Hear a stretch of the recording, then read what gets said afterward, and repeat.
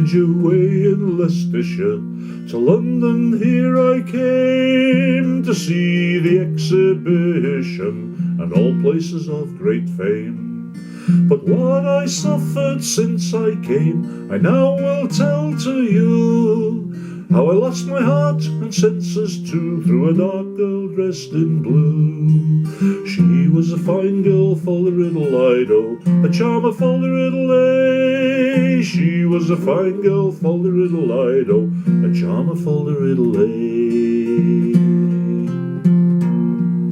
'Twas on a Friday morning, the first day of August, when on that day I ever think my heart feels ready to bust.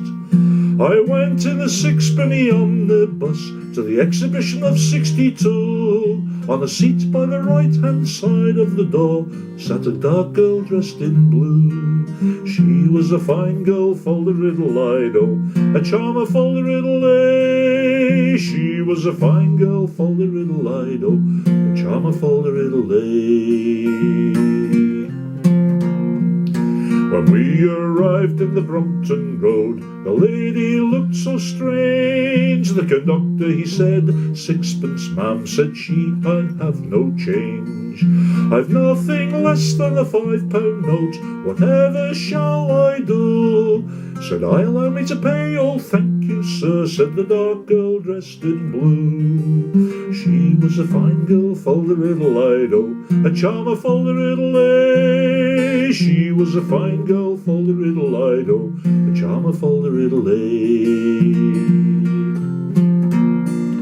We chatted and talked as we onward walked, about one thing or the other. She asked me too, oh, wasn't it kind, if I had a father or mother? "Oh yes," says I, "and a grandmother too, but pray, miss, what are you?" "Oh, I'm chief engineer in the milliner's shop," says the dark girl dressed in blue. She was a fine girl, full of riddle-ido, a charmer full of riddle-ay. She was a fine girl, full of riddle-ido, a charmer full of riddle-ay. We walked about for an hour or two, through buildings near and far, till we came to the grand refreshment room. I went straight up to the bar. She slipped in my hand a £5 note. I said, "What are you going to do?" "Oh, don't think it strange, I must have change," said the dark girl dressed in blue. She was a fine girl, full of riddle-ido, a charmer full of riddle-ay. She was a fine girl, full of riddle-ido, a charmer full of riddle-ay. I called the waiter and handed him the note, and said, "Please change me that." The waiter bowed and touched his hair, for this waiter wore no hat.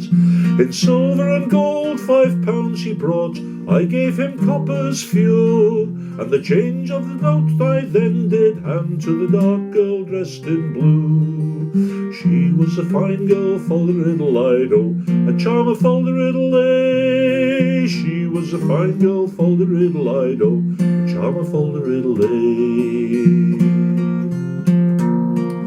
She thanked me and said I must away. "Farewell till we meet again, for I've got to go to Pimlico to catch the Brighton train."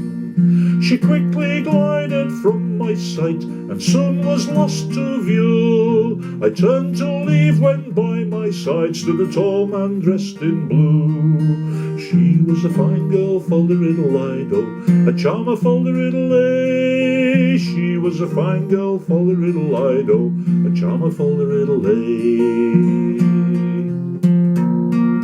This tall man said, "Excuse me, sir, I'm one of the X Division. That note was bad, my duty is to take you on suspicion."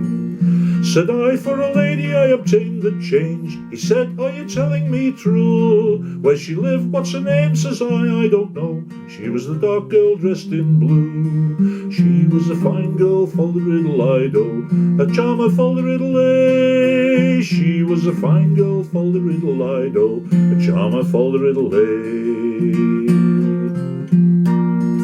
My story they believed, they thought I'd been deceived, but they said I must hand back the cash.